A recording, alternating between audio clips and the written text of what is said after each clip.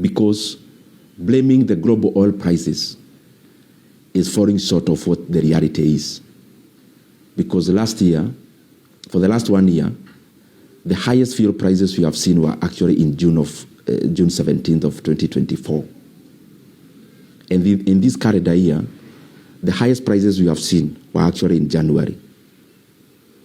But having said that, it is important for us to know that out of what Kenyans pay at the pump in terms of fuel prices,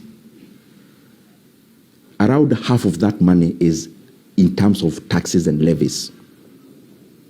Over 80 shillings of what people pay for petrol prices, over 80 shillings goes into taxes and levies. And of what Kenyans pay for other products or fuel other than petrol, over 76 shillings again goes into taxes and levies. In an oil-producing country like Kenya, the only tool a government is left with is altering the levies and taxes. This is where the problem is. The government of Kenya actually added a new levy last year of 7 shillings in the fuel prices. And how the government works is that time when the fuel prices are coming down, actually that's the reason why Kenyans never felt the global deceleration of the oil prices. Because it's around that time that the government introduced a secret 7 shillings in fuel levy.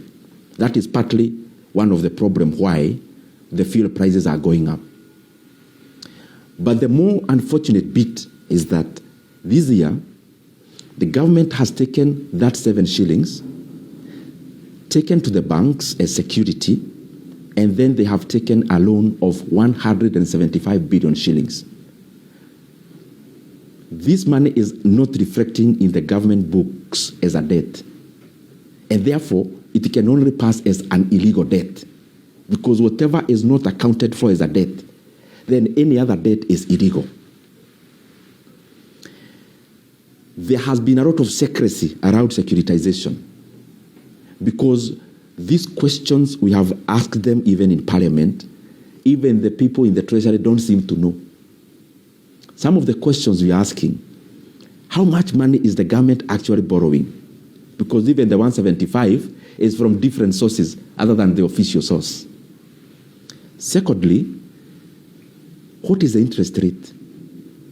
Third, after 7 years, which is the period at which they are borrowing, how much will the government have paid to these banks? Fourth, is this money sovereign guaranteed? Because it seems to be nowhere in the government books. It actually also never came to Parliament for any ratification. The problem of this is that we now have the government spending money in advance. They have already collected money in advance for the next 7 years. So if Kenyans demand lower fuel prices, and you've already taken loans using the levies and taxes, how are you going to alter the pump fuel prices? Because the only tool you have is taxes and levies, and it is the one that you've already securitized. And this securitization term is another dogma that is being brought around to confuse Kenyans.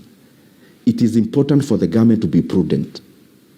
It is not fair because we want to be clapped for today. We add fuel prices.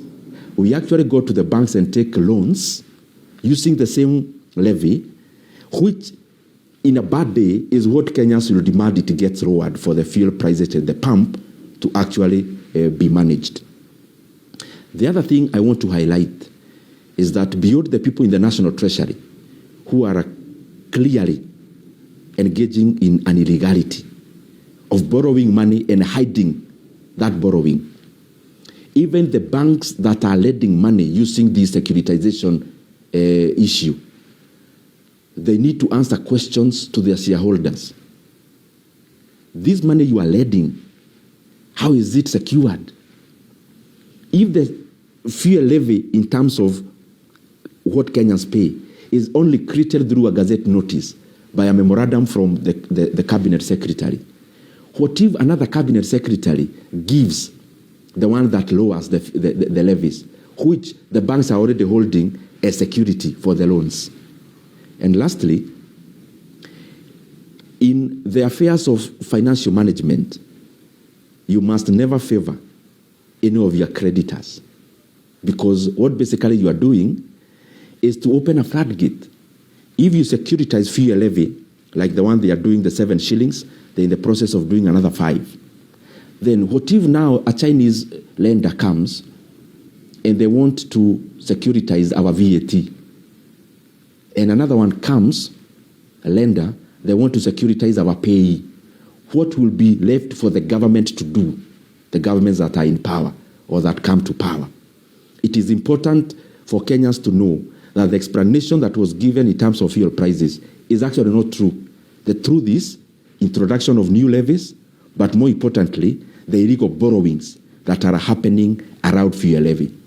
The questions I'm asking, or the voice I am airing, it is just for the love of the country.